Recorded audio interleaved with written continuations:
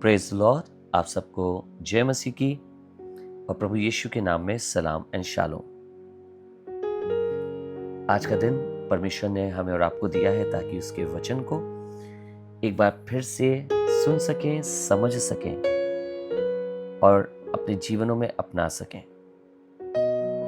आज का कलाम जो आपके साथ लेकर आया हूं वो नीति वचन 25 और उसकी 19वीं आयत है। Good morning and praise the Lord. I'm so grateful to God that He has given us this opportunity to come together once again and listen from His Word so that we may be able to apply this Word in our own lives and see His blessing upon us. The word that I want to share with you today is from the book of Proverbs, chapter 25 and verse 19. Confidence in an unfaithful man in time of trouble is like a broken tooth and a foot out of joint. विपत्ति के समय विश्वासघाती का भरोसा टूटे हुए दांत व उखड़े पांव के समान है। विश्वासघाती का भरोसा करना। आज के दिन खुदावन का कलाम एक ऐसे व्यक्ति के विषय में बता रहा है जिसका भरोसा कई बार मैं और आप करते हैं अपनी समस्याओं के समय में, पर वो व्यक्ति फेथफुल नहीं है। एक ऐसे व्यक्ति पे तकिया रखना, एक ऐसे व्यक्ति पे भरोसा रखना, तकिया करना या उसके ऊपर अपने ईमान को रखना मुश्किल के समय में, जो विश्वासघाती नहीं है वो बिल्कुल उस तरह होता है जैसे टूटे हुआ दांत और उखड़ा हुआ पैर। किसी कार्य में नहीं आएगा मुश्किल के समय। आप उखड़े हुए पैर से मुसीबत में दौड़ के निकल नहीं सकेंगे। मैं और आप भाग नहीं सकेंगे। वी कैन नॉट एस्केप, सिर्फ इसलिए क्योंकि एक ऐसे व्यक्ति पे भरोसा रखा है जो विश्वास योग्य नहीं है। खुदावंद के लोगों, आपको मालूम है इस संसार में बहुत जरूरी है और उतना ही कठिन भी है विश्वास योग्य लोगों को पाना।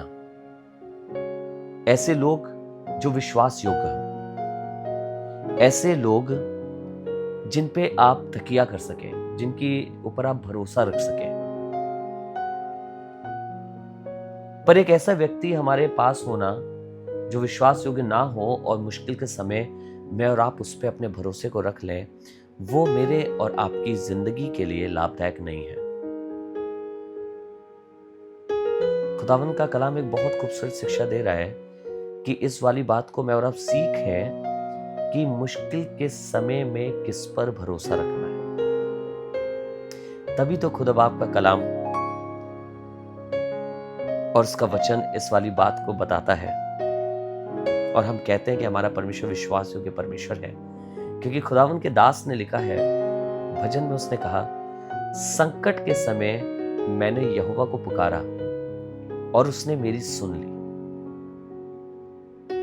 आपको मालूम है खुदावंद या परमेश्वर एक ऐसा विश्वास योग्य हमारा सलाहकार है, हमारा साथी है, जिसको आप जब पुकारेंगे तो वो आपके पास होगा आपकी मदद के लिए।